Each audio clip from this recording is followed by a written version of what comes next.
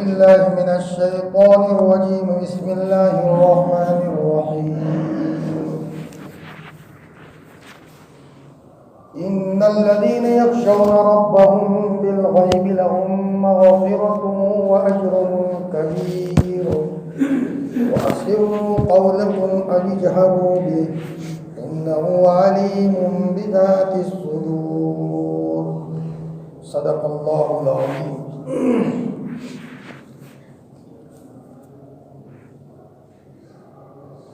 بہت محبت کے قابل میرے عزیز ایمانی دینی بھائیوں اور پردے کے پیچھے تشریف فرما ہماری عزیز دینی بہنوں، قرآن پاک ہی اللہ پاک کا وہ کلام ہے جو ایک دوائی بن کر کے اس کو نازل کیا گیا ہے. اس میں اللہ پاک نے شفا رکھی ہے. ہر نبیوں کو جو کتاب پہلے دی گئی تھی وہ ایسی دوائی تھی جس کی ایکسپائری ڈیٹ جو تھی وہ بہت تھوڑی تھی. چند سالوں کے لیے وہ کتاب کا پاور رہتا تھا، پھر ختم. دوسرا نبی آتا تھا، اس کا پاور ختم. قرآن پاک جو اللہ پاک نے نبی کریم صلی اللہ علیہ وسلم کو عطا فرمایا ہے، اس کی تاثیر کی جو مدت ہے وہ 1 200 200 سال نہیں، صبح قیامت تک آن شان کے ساتھ کلام پاک کی تاثیر باقی رہے گی. یہ نہیں کہ اس دوائی کی تاثیر ختم ہو گئی، بلکہ جو جو قیامت قریب آئے گی اس کی تاثیر میں اضافہ ہوگا. دوسری بات، اگلی کتابوں میں حالات کے مقابلے کی اتنی طاقت نہیں تھی. قرب قیامت میں دجالی فتنے آئیں گے، ان سارے فتنوں کا حل اور مقابلہ کرنے کی طاقت اللہ پاک نے قرآن پاک میں رکھی. بلکہ قرآن پاک کو معجزہ کہا گیا، اور معجزہ کا ایک معنی ہوتا ہے سیدھا کرنے والا. قرآن پاک کو اگر عقیدت کے ساتھ پڑھے گا تو اس کا عقیدہ ٹیڑھا ہوگا، قرآن سیدھا کر دے گا. اس کا مزاج ٹیڑھا ہوگا، قرآن سیدھا کر دے گا.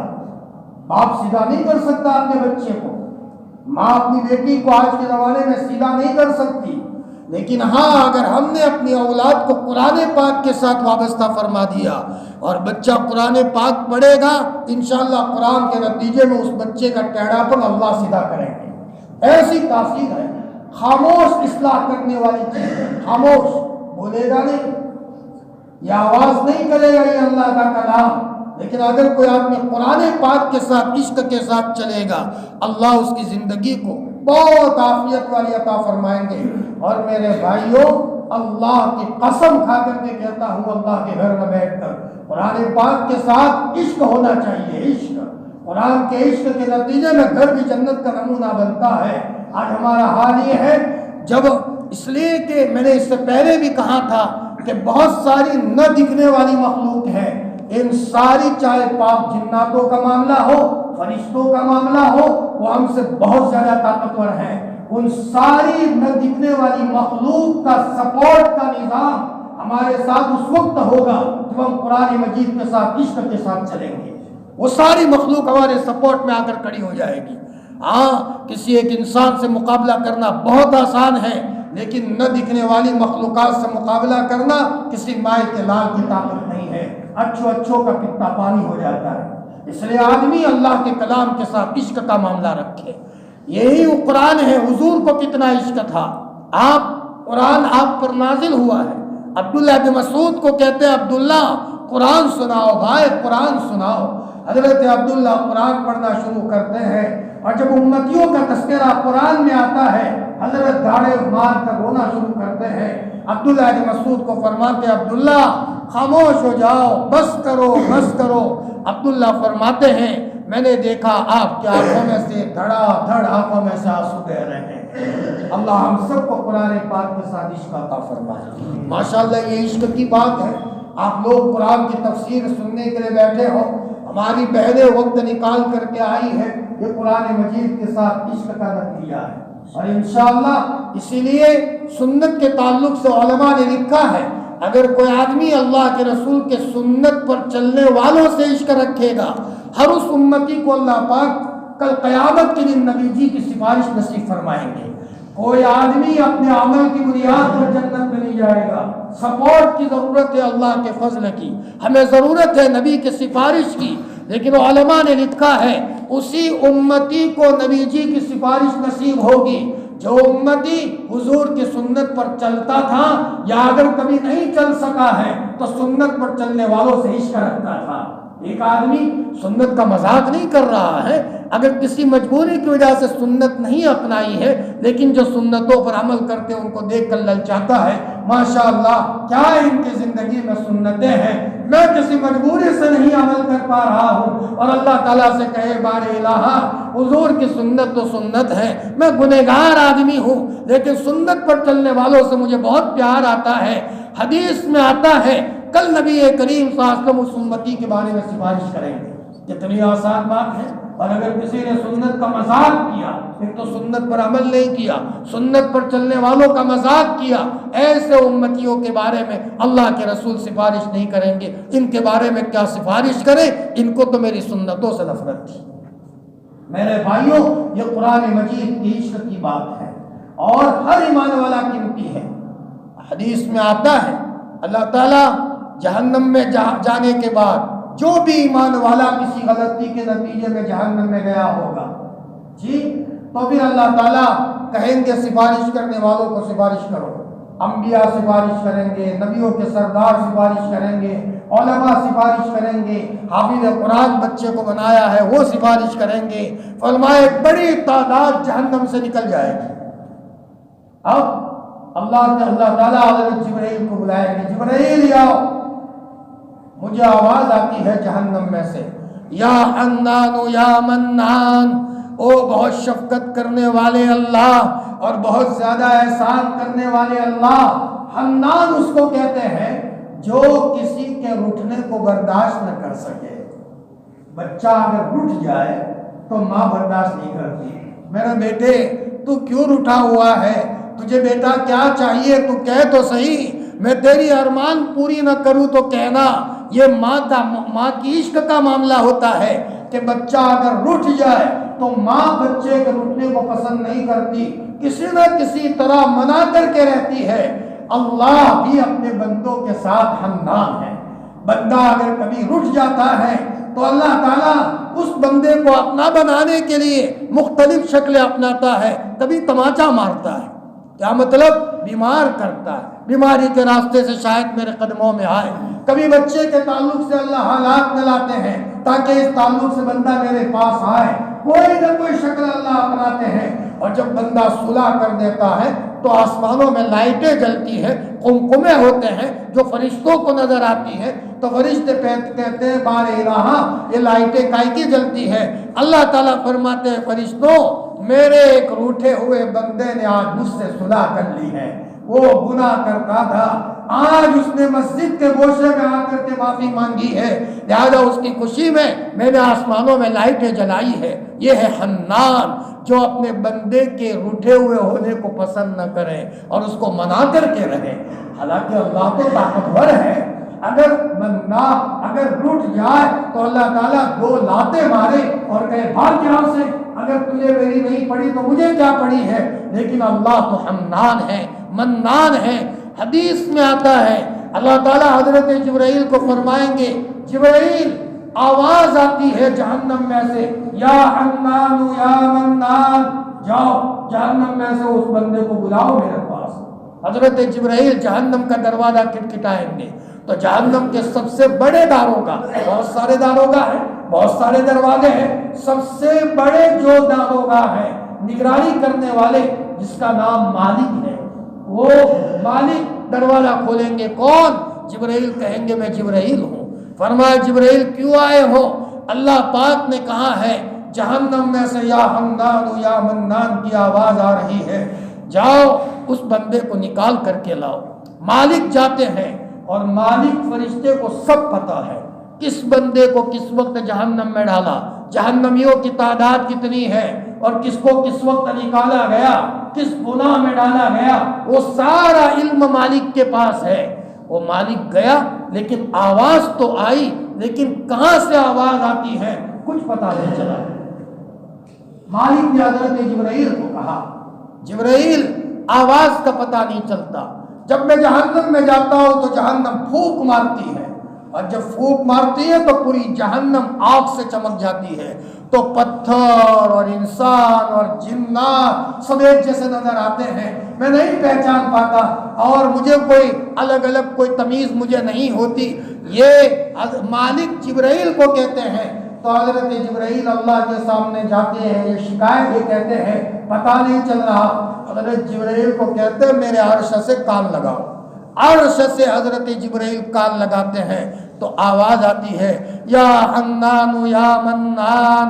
اب یہ بندہ جہنم کی تہہ میں سے اللہ کو پکارتا ہے، تو پھر اللہ تعالیٰ فرماتے ہیں مالک کو کہہ دو فلانی جگہ پر فلانے کونے میں ایک بندہ ہوگا، جاؤ وہاں اور اندر سے اس کو نکال لے آؤ۔ علماء نے لکھا ہے کہ وہ آدمی بالکل اس کی پیشانی اس کے قدموں میں بندھی ہوئی ہے، دونوں ہاتھ اس کے گردن کے پیچھے بندھے ہوئے ہیں، سانپ اور بچھو اس کے اوپر لپیٹے ہوئے ہیں، اور ایسی حالت میں بھی ایمان والا تھا، معمولی ایمان تھا۔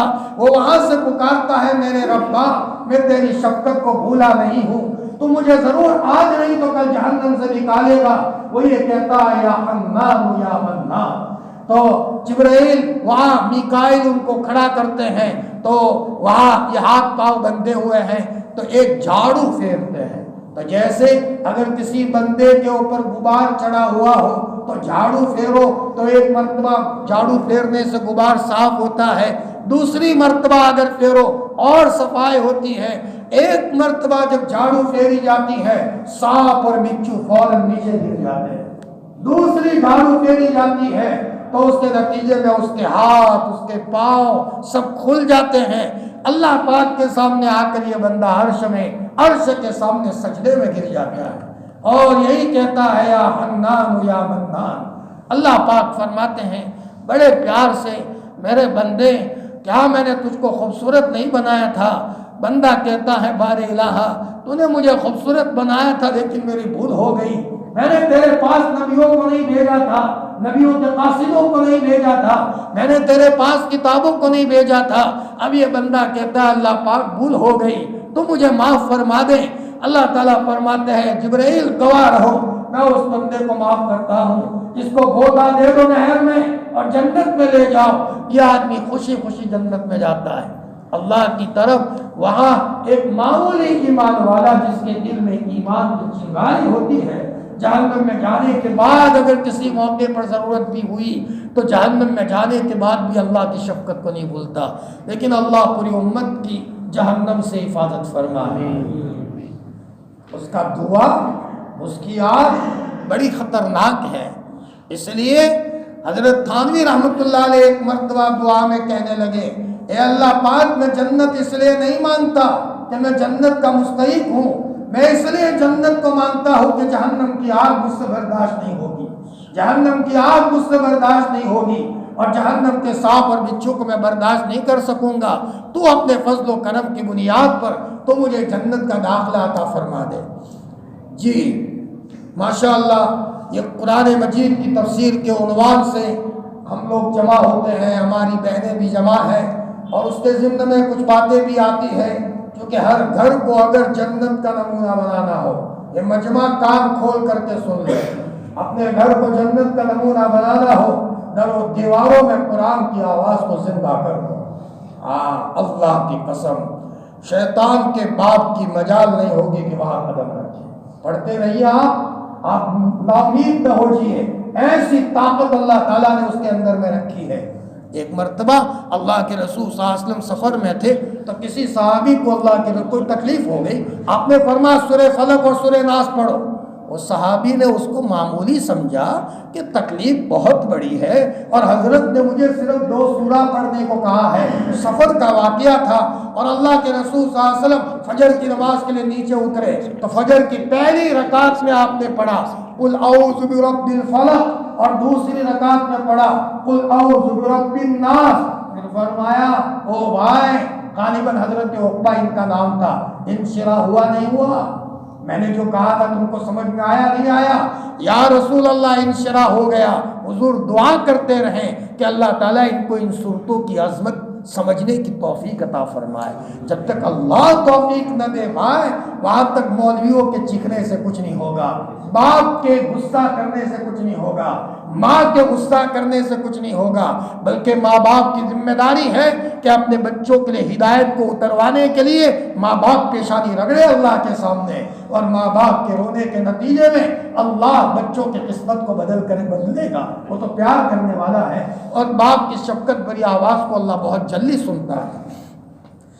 ان الذین یخشون ربهم بالغیب، بے شک وہ لوگ جو اپنے رب سے بن دیکھے ڈرتے ہیں.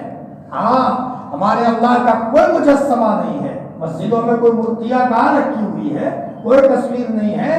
ہمارا اللہ ہر جگہ ہے. یہی تو ہمارے لیے فخر کی بات ہے کہ ہمارا اللہ ہر جگہ ہے اور ہر وقت موڈ میں ہے.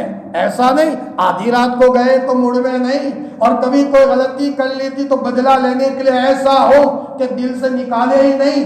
نہ، بڑے سے بڑا پاپی ایک مرتبہ آ کر اتنا کہہ دے اور میرے ربا بھول ہو گئی میری، تو ناراض مت ہو، آئندہ میں تجھے کبھی نہیں ستاؤں گا، اتنا کہہ دے، اسی وقت اللہ تعالیٰ اس کی ساری غلطیوں کو معاف کر دیتے ہیں. یہ ہمارے لیے بہت بڑے فخر کی بات ہے. قرآن میں اللہ تعالیٰ فرماتے ہیں بن دے کے مجھ سے ڈرتے ہیں. اس لیے حدیث میں آتا ہے 10 باتوں کی وجہ سے موت کے موقع پر ایک فرشتہ آ کر ہم کو کلمہ پڑھائے گا. ہمارے ایمان کی حفاظت ہوتی ہے. 10 باتیں، اللہ کرے کہ میں موقع پر وہ باتیں لاؤں گا. ان 10 باتوں میں سے ایک بات بتاؤ جو بھی اس آیت میں آئی. کیا؟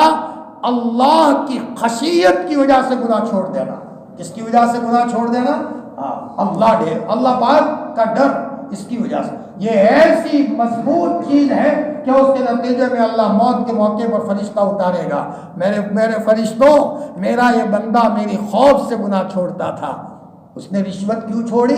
میرے خوف سے. زنا کیوں چھوڑا؟ میرے خوف سے. وہ واقعہ یاد کرو کہ وہ 3 آدمی سفر میں جا رہے تھے اور پہاڑ میں پھنس گئے. بنی اسرائیل کا واقعہ ہے. اور اچانک برسات کا موسم تھا اور اچانک ایک پہاڑ اوپر سے گرا، دروازہ بند ہو گیا. موبائل کا زمانہ تو نہیں تھا، فون کر کے کسی کو بلا لے ذرا ہم کو بچا لو، یا کہ اس زمانے میں JCB کا نظام تو نہیں تھا، بلکہ اس زمانے میں گئے تو اب گئے. تینوں نے کہا جلدی سے دعا مانگو کسی عمل کا واسطہ دے کر، اللہ پاک یہ پتھر ہٹا دے. 3 آدمیوں میں سے ایک کی بات بتاؤ. ایک آدمی نے اللہ کے سامنے متوجہ ہوا. بارے الہ، ایک واقعہ میں تجھے بتا دوں. ایک مرتبہ میری چچا زاد بہن میرے پاس آئی اور اس نے کہا بھائی مجھے قرض کی ضرورت ہے. بڑی حسین اور جمیل تھی. میں نے کہا میں تم کو قرض تو دوں لیکن میرے اندر کے کچھ جذبات ہیں میں پورا کرنا چاہتا ہوں، اگر تم منع نہ کرو تو میں تم کو قرض دوں. بیچاری حالات کی ماری، راشن گھر میں نہیں تھا، اس نے ہاں تو کہہ دیا. اور جب موقع آیا اور گویا کہ میں نے اے اللہ میں نے اس بہن پر قابو پا لیا، تو اس بہن نے اتنا جملہ کہا تھا اتق اللہ یا اخی، او میرے بھائی اللہ سے ڈر، اللہ سے ڈر. فوراً میں نے اپنے جذبات پر قابو پایا تھا اور اے اللہ تو گواہ ہے یہ میرے اور اس کے درمیان کا معاملہ تھا، میں نے تیرے خوف کی وجہ سے گناہ چھوڑا تھا. یہ عمل تجھے پسند آیا ہو تو اے اللہ پہاڑ کو ہٹا دے. اتنا ہی کہنا تھا کہ پہاڑ ہٹ گیا. میرے بھائیوں، آج کے زمانے میں مجھے اور آپ کو اللہ کی ایسی مدد کی سب جگہ ضرورت ہے. اپنے بچوں کی تربیت میں ضرورت ہے، کاروبار میں ضرورت ہے، محلے میں ضرورت ہے، گاڑی تیز رفتار گاڑی میں جاتے ہیں تو اللہ کی حفاظت کی ضرورت ہے. ان اعمال کی وجہ سے بندہ اللہ کی حفاظت میں آ جاتا ہے. اس لیے حدیث میں آتا ہے کسی مرد کو بہت حسب نسب والی عورت نے جو بڑی خوبصورت ہے اپنی طرف دعوت دی لیکن اس مرد نے کہا مجھے میرے اللہ کا ڈر لگ رہا ہے، میرا اللہ دیکھ رہا ہے، اللہ یرانی، اللہ یرانی۔ فرمایا اس نے گناہ نہیں کیا، ایسے جوان کو کل حشر کے میدان میں اللہ پاک عرش کا سایہ نصیب کریں گے۔ ہائے ہائے، یہ ایوارڈ ہے، اللہ دیں گے۔ ایسے ایوارڈ کی ضرورت ہمیں بھی ہے، ہماری نسلوں کو بھی ہے۔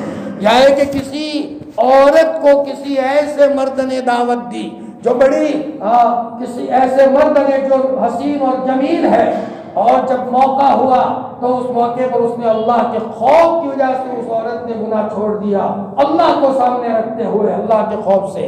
ایسی عورت کو بھی اللہ پاک عرش کا سایہ نصیب فرمائیں گے۔ اپنی اولاد کو یہاں تک پہنچانے کی ضرورت ہے، بھلے وہ ڈاکٹر بنے، بھلے وہ انجینئر بنے، بھلے وہ کسی ڈگری پر جائے، لیکن ہمارے بچے یہاں تک جائے۔ کیا کرنا پڑے گا اس کے لیے؟ اگر کسی کے دل میں گندے خیالات آ رہے ہیں، یہ وظیفہ پڑھے، چاہے ہمارے مرد حضرات ہو یا ہماری بہنیں ہو۔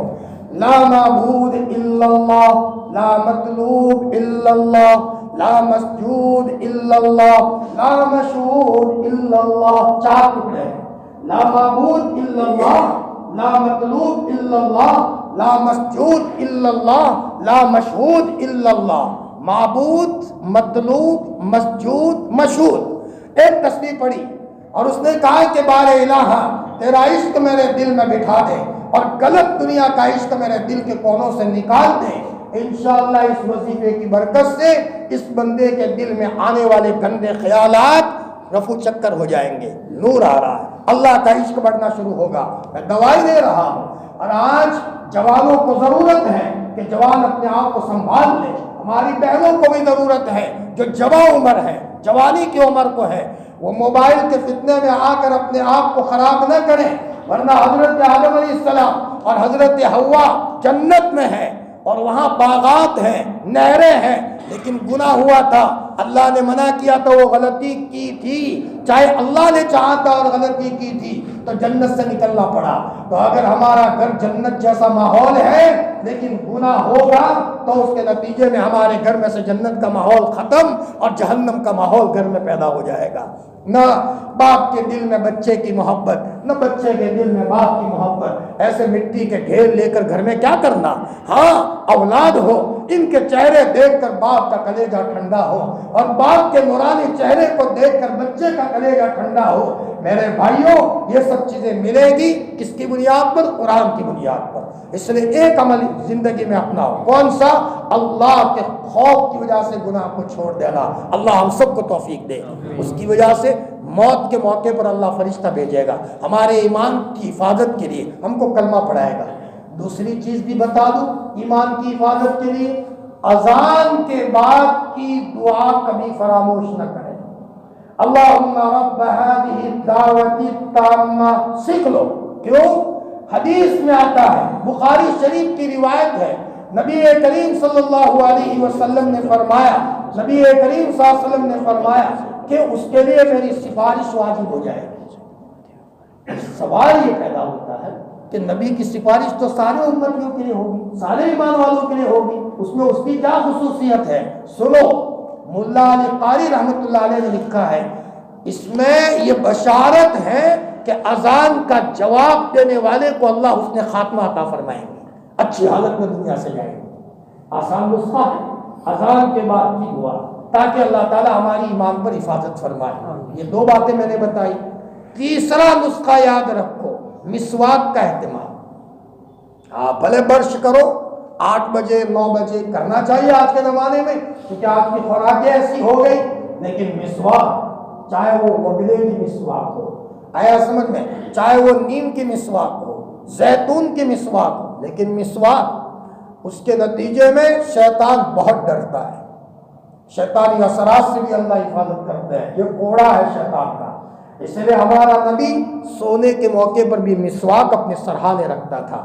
سوتا ہے آدمی تو شیطان ڈراتا ہے نا جی، مسواک۔ اور عورتوں میں تو مسواک کا ماحول ہی بہت کم ہوتا ہے، وہ زیادہ سے زیادہ برش کر دے گی۔ کیوں؟ ہماری بہنوں کو موت کے موقع پر ایمان کی ضرورت نہیں ہے۔ اما عائشہ رضی اللہ تعالیٰ عنہ مسواک کا کس قدر اہتمام کرتی تھی، اور نماز کے موقع پر تو حضرت عائشہ ہی مسواک لا کر کے حضور کو دیتی تھی۔ آپ نے عربوں کو دیکھا ہوگا، عرب وضو کے وقت مسواک، نماز کے وقت مسواک، اور فرمایا قرآن کے تلاوت کے وقت مسواک۔ وہ پاگل نہیں ہے، وہ سمجھتے ہیں کہ جب مسواک زیادہ کریں گے شیطان کا حملہ نہیں ہوگا، اور جب شیطان کا حملہ نہیں ہوگا دماغ بھی کنٹرول میں رہے گا، اچھی اچھی چیزیں سنیں گی، کام کرنے کی توفیق ہوگی، ورنہ شیطان گھس گیا تو ہمارے جسم کا بھی ستیہ ناش کر دیتا ہے، ہماری سوچ کو بھی بگاڑ دیتا ہے، اور ہمارے مال کا بھی نقصان کر دیتا ہے۔ جی تو 3 باتیں میں نے بتائی، ایک تو ہے کہ اللہ کے خوف کی بنیاد پر گناہ کو چھوڑ دینا، بھائی یاد رکھنا، ہاں ماشاءاللہ ضرورت ہے اس کی ہم سب کو۔ دوسرا میں نے بتایا ہر اذان کے بعد دعا پڑھنا، اللہ رب هذه الدعوة التامہ، نبی جی کے لیے ہم دعا مانگ رہے ہیں، اے میرے اللہ میرے نبی کو تو مقام محمود دے دینا اور شفاعت کبریٰ کا موقع دے دینا۔ جیسے کوئی بچہ اپنے باپ کے بارے میں کہے، او حکومت والے بادشاہ سر صاحب ذرا میرے ابا کو بھی ایسا کر لو، میرے ابا کے لیے کر لو، تو باپ کو اپنے بچے سے کس قدر تعلق بڑھ جاتا ہے۔ ایک امتی اللہ سے کہہ رہا ہے میرے اللہ میرے محبوب کو مقام محمود عطا فرمانا۔ مقام محمود کیا ہے؟ پوری دنیا حالات میں ہوگی اور سب پسینے میں ڈوبے ہوئے ہوں گے، اب سب یہ چاہیں گے کب حساب کتاب شروع ہو، تو لوگ جائیں گے حضرت آدم کے پاس، آدم تم ہمارے ابا ہو، تم سب سے پہلے نبی ہو، ذرا اللہ پاک کو کہو حساب کتاب شروع کر دے، اس لیے کہ پانی پانی ہو گئے ہیں۔ حضرت آدم کہیں گے نا میرے بس کی بات نہیں ہے، میں نے وہ دانا کھا لیا تھا، اللہ جلال میں ہے، ہو سکتا ہے اللہ تعالیٰ میری پکڑ کر لے، ڈر لگتا ہے۔ حضرت نوح علیہ السلام کے پاس جائیں گے، پوری دنیا جائے گی، حضرت نوح کہیں گے نا مجھ کو بھی، میں نے اپنے بیٹے کنعان کے بارے میں کہا تھا کہ میرے بیٹے کنعان کو اللہ پاک تم نے ڈبو دیا، تم اس کو معاف کر دو۔ اللہ پاک نے فرمایا تم کیوں کہتے ہو کنعان تو مسلمان کہا تھا، کیوں ایسی زبان استعمال کی؟ اللہ ناراض ہو گئے تھے، تو ڈر لگتا ہے میری غلطی اللہ آج یاد نہ کریں اور اللہ کی پکڑ میں نہ آ جاؤ۔ حضرت ابراہیم منع کریں گے، حضرت اسماعیل منع کریں گے، اخیر میں پوری امت حضور کے پاس آئے گی تو حضور بولیں گے نہیں، اللہ کے سامنے آ کر عرش میں سجدہ ریز ہو جائیں گے اور رونا شروع کریں گے۔ اللہ تعالیٰ فرمائیں گے یا محمد ارفع راسک سل تعط، سر اٹھائیے، کیا چاہیے نبی جی؟ اور اللہ کے نبی اللہ کی اتنے لاڈلے ہیں، اتنے لاڈلے ہیں، اتنے لاڈلے ہیں۔ میں آپ کو ایک نکتہ بتاؤں، مکۃ المکرمہ میں جو حرم ہے، حرم، اس حرم میں جب سے بیت اللہ بنا ہے، بیت اللہ کی اصل تعمیر تو فرشتوں نے کی تھی آدم علیہ السلام سے بھی پہلے، وہ تو حضرت ابراہیم نے اس عمارت کو اٹھایا ہے، لیکن کسی زمانے میں خون خرابہ حرم میں حلال نہیں تھا، اسی لیے حضور سے پہلے کوئی آدمی کسی کو قتل کر کے حرم میں گھس جاتا تھا، کوئی نہیں مارتا تھا، حرم میں گھس گیا، کسی کو اجازت نہیں تھی۔ لیکن حضور کے لیے فتح مکہ کے موقع پر حرم کی حرمت کو اللہ نے اٹھا دیا تھوڑی دیر کے لیے، نبی جی آپ فتح مکہ کے لیے آئے ہو، حرم کی حرمت کو اٹھا دیتا۔ اللہ اکبر، جس حرم کی حرمت کو کسی کے لیے نہیں اٹھایا گیا تھا، نبی جی کے لیے اللہ پاک نے حرم کی حرمت کو اٹھایا، اتنے معزز۔ تو نبی جی کہیں گے بار الہ، ذرا لوگ پریشان ہیں، سوال جب آپ حساب کتاب شروع کر دیں تو حساب کتاب شروع ہوگا۔ یہ ہے مقام محمود، وآت محمدا الوسیلۃ والفضیلہ وابعثہ مقاما محمودا۔ وہ بہنیں جو پردے کے پیچھے سے سن رہی ہیں، ہماری ماؤں کو چاہیے کہ اپنے بچوں کو اذان کے بعد کی دعاؤں کا اہتمام کرائے، مسواک کا اہتمام کرائے، اس لیے کہ موت کے موقع پر کلمہ مل گیا سب حصول ہے انشاءاللہ۔ روایت میں آتا ہے بڑے سے بڑا پاپی آدمی ہو، خوب گناہ کیے ہو، لیکن موت کے موقع پر اگر بیمار پڑا ہے اور اس نے اللہ تعالیٰ سے کہا بار الہ میری بھول ہو گئی، میں نے تجھے بہت ناراض کیا ہے، سچی پکی توبہ کر دی، تو اللہ تعالیٰ اپنی ساری غلطیوں کو اس کو معاف کر دیں گے اور کوئی اللہ کو روکنے والا نہیں ہے، معاف کر دیں گے۔ لہذا ہمیں موت کے موقع پر ایمان کی ضرورت ہے تاکہ ایمان کے بعد کی ساری نعمتیں اللہ تعالیٰ ہم سب کو عافیت کے ساتھ عطا فرمائے۔ بے شک وہ لوگ جو اپنے رب سے بن دیکھے ڈرتے ہیں، لہم مغفرۃ، ان کے لیے بہت بڑی مغفرت ہے۔ بہت اللہ معاف کر دیں گے.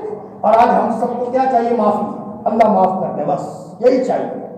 بیمار آدمی ہو کیا تمنا ہے چچا مول صاحب؟ بس اللہ معاف کر دے، پاپ بہت کیے ہیں. ہم سب کو معافی کی ضرورت ہے.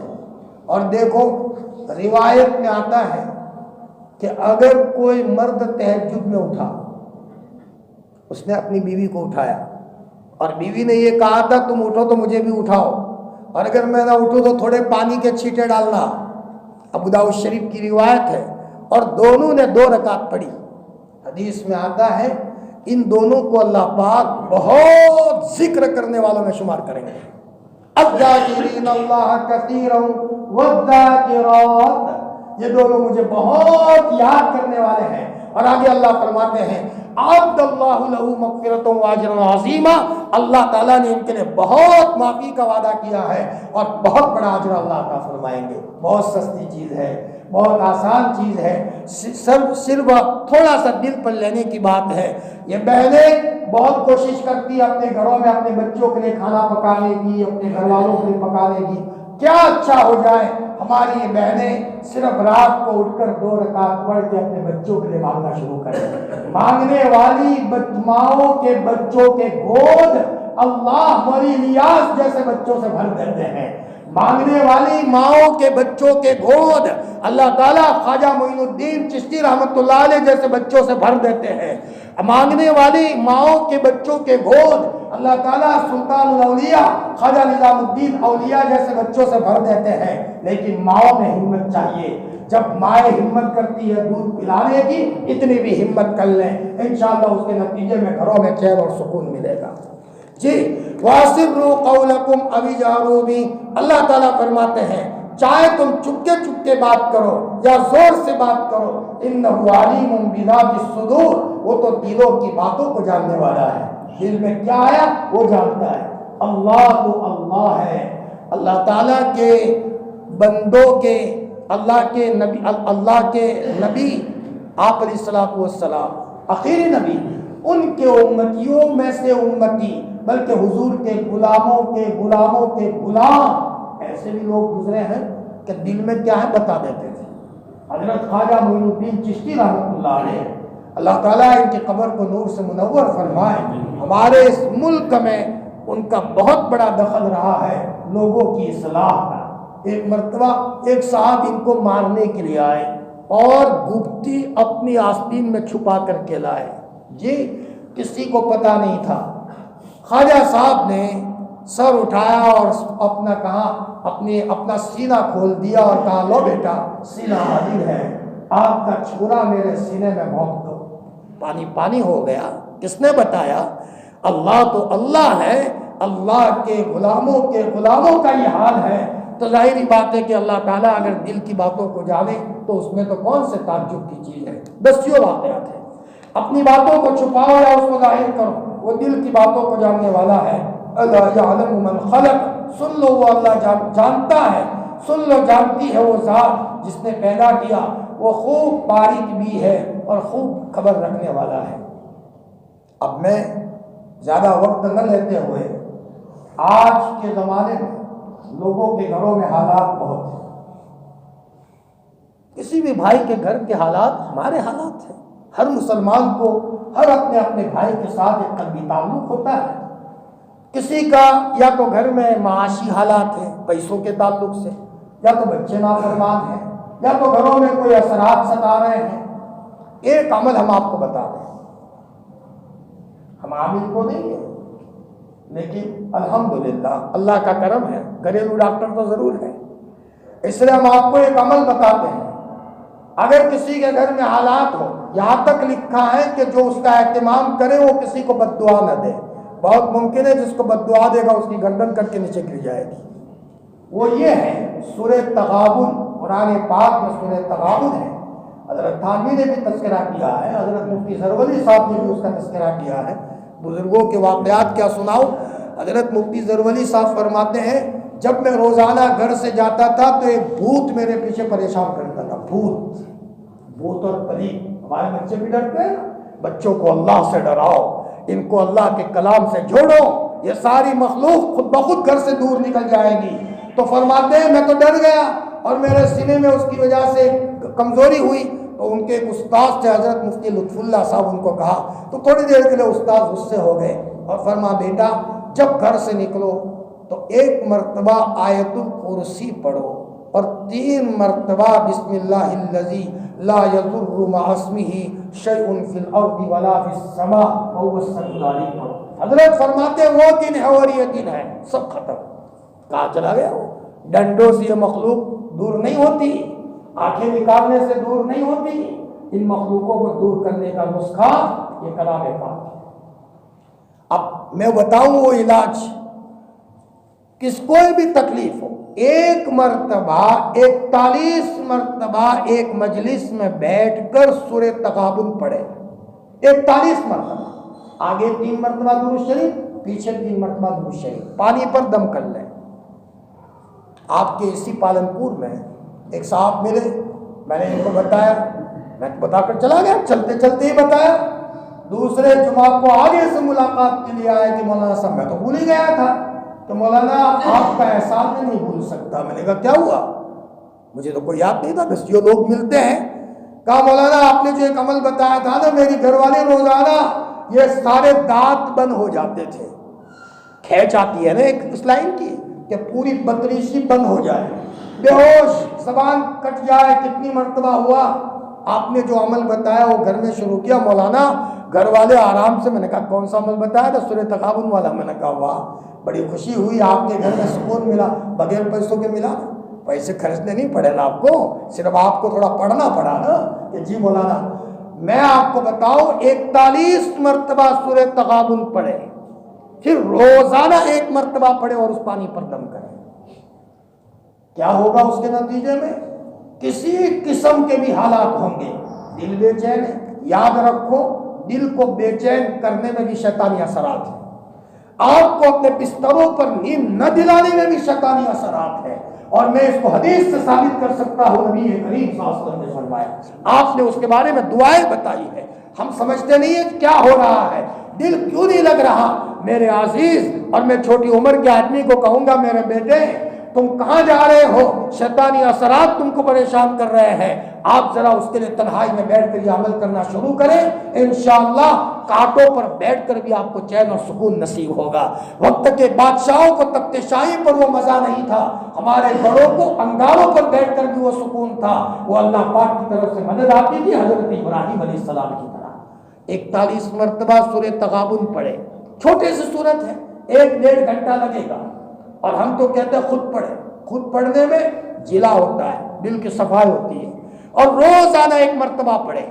تکلیف زیادہ ہے، اگر بہت زیادہ تکلیف ہے تو روزانہ پھر 41 مرتبہ پڑھنے کا معمول بنا. 1 گھنٹہ نکالیے، انشاءاللہ اس کے نتیجے میں آٹومیٹک 1 نہیں میں 10 کارگزاری سنا سکتا ہوں اس کے لیے، اس سورۃ تغابن کے بارے میں. اس لیے کم از کم اس کا عمل اپنے گھروں میں کریں گے تو اس کے نتیجے میں ہر قسم کے حالات، اس لیے کہ جس کو بھی پوچھو بیچارہ حالات. تو میرے بھائیوں، قرآن پاک کا ایک تو آیت الکرسی یاد کر لیں. آیت الکرسی ہر فرض نماز کے بعد 1 مرتبہ ضرور پڑھنی چاہیے. روایت میں آتا ہے اس کے نتیجے میں موت کے موقع پر اللہ پاک فرشتے کا انتظام کرے گا آیت الکرسی کی وجہ سے. اور مسواک کے بارے میں آتا ہے، مسند احمد کی روایت ہے، جو مسواک کا اہتمام کرتا ہے موت کے موقع پر اللہ تعالیٰ آسمان سے ایک فرشتہ بھیجتے ہیں، شیطان کو ہٹاتا ہے وہ اور اس کو کلمہ یاد دلاتے ہیں کہ کلمہ پڑھو بیٹا، دنیا سے جا رہے ہو. اس کی ہم سب کو ضرورت ہے. کریں گے بھائی، اللہ پاک عمل کی توفیق عطا فرمائے. اور دیکھو جو چھوٹی موٹی باتیں آپ کو بتائی جا رہی ہیں، یہ آپ کا چھوٹا بھائی آپ کو بتا رہا ہے. مجھے کوئی اجنبی پڑھایا نہ سمجھو کہ کوئی تقریر کرنے کے لیے آنا. نا میرا اس وقت مغرب کے بعد تو میرا سبق ہوتا ہے مدرسے میں ابو داؤد شریف کا، لیکن میں تفسیر کے لیے وقت نکالتا ہوں. میں نے کہا ذرا تفسیر ہو جائے اور اپنے گھر کا ممبر سمجھ کر ہماری باتیں لو. انشاءاللہ اس کے نتیجے میں گھروں میں چین اور سکون آئے گا اور آپ کی زندگی ایسی پلٹا کھائے گی، چکھ لوگے. اور جو چکھ لیتا ہے وہ کبھی نہیں چھوڑتا. لوگ صرف دینی امور کا تذکرہ تو کرتے ہیں، اس لیے ہم کہتے ہیں ہم سب کا سفر ادھورا ہے. قرآن تک پہنچے، قرآن پڑھتے پڑھتے انوارات تک نہیں پہنچے. مسجد کی صفوں تک پہنچے، لیکن مسجد کی صفوں میں مکمل طہارت کے اہتمام کے نتیجے میں ہم قرآن کی رحمت کی آیتوں سے اثر لینے والا دل نہیں بنایا اور عذاب کی آیتوں پر اثر لینے والا دل نہیں بنایا اور اسی حالت میں دنیا سے چلے جاتے ہیں۔ ہم سب کو ضرورت ہے ذرا ہم اپنا سفر تھوڑا آگے کا تیز کریں اور اللہ سے مانگتے رہیں۔ میں نے جو وظیفہ پہلے بتایا کون سا؟ لا معبود الا اللہ، لا مطلوب الا اللہ، لا مسجود الا اللہ، لا مشہود الا اللہ۔ کیا ہوگا؟ اس کے نتیجے میں انشاءاللہ باطل خیالات ختم ہوں گے اور دل کی دنیا میں اچھے خیالات آنا شروع ہوں گے اور انشاءاللہ ہمارا سفر عافیت کے ساتھ اللہ کرے گا۔ پڑھو تو صحیح، دیکھو کچھ نہ ہو تو کہنا، اہتمام کر کے دیکھو، جو اہتمام کرتے ہیں وہ تو کہیں سے کہیں پہنچ جاتے ہیں۔ اللہ عمل کی توفیق عطا فرمائے۔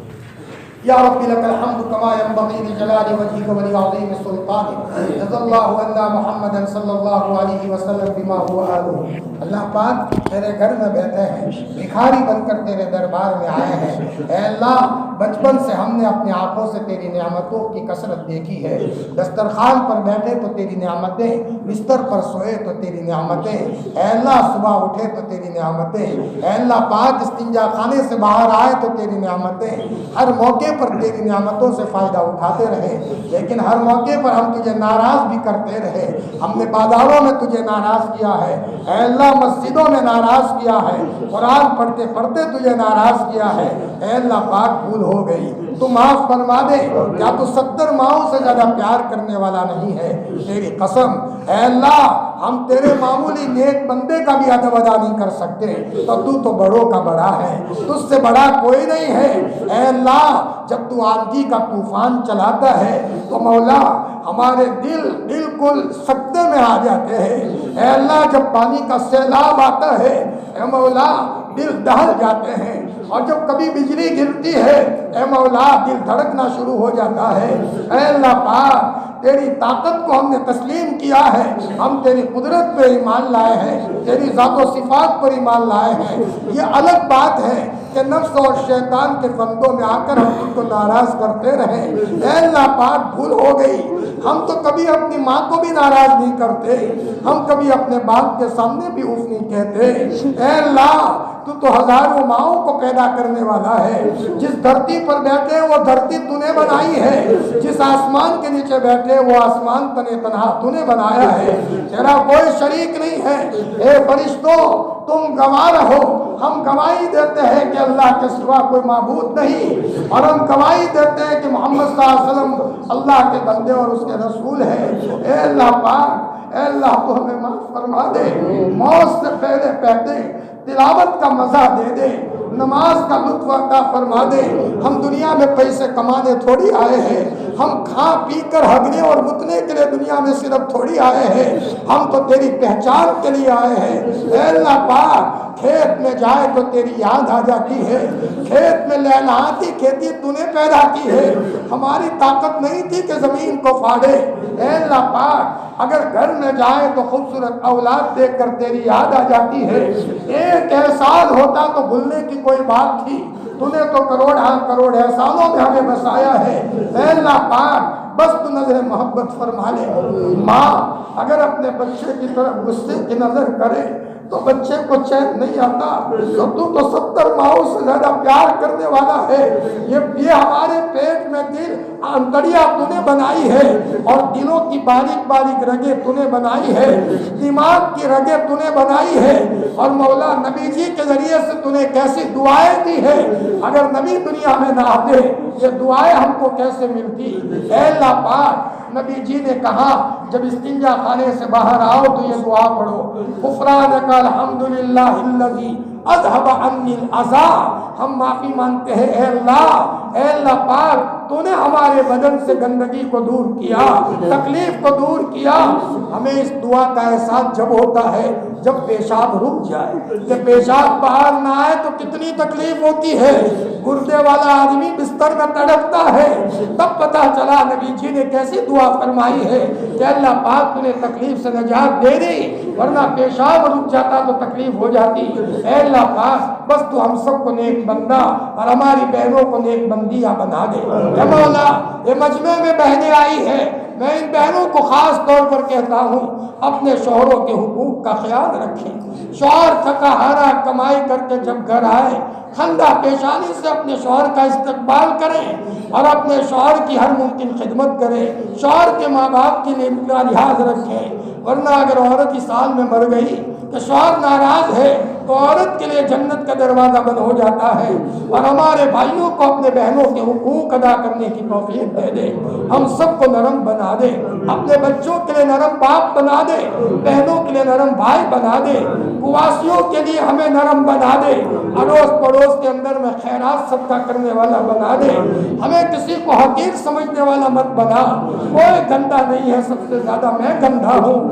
اے اللہ پاک میرے گناہ کے نتیجے میں یہ سارے حالات ہیں۔ حضرت علی کے بیٹے امام زین العابدین پر کسی نے کچرا ڈال دیا تو مریدین غصے ہو گئے، تو حضرت نے فرمایا بچوں مت غصے ہو، میرا گناہ تو ایسا تھا کہ آسمان سے پتھر برسا کر اللہ میری کھوپڑی کو پھوڑ دیتا، اللہ کے لیے جائز تھا، لیکن میرے اللہ نے سستے میں نمٹا دیا ہے کہ کسی کے ذریعے سے صرف کچرا ڈلوایا ہے۔ اے اللہ ہمیں بھی ایسی سوچ عطا فرما دے۔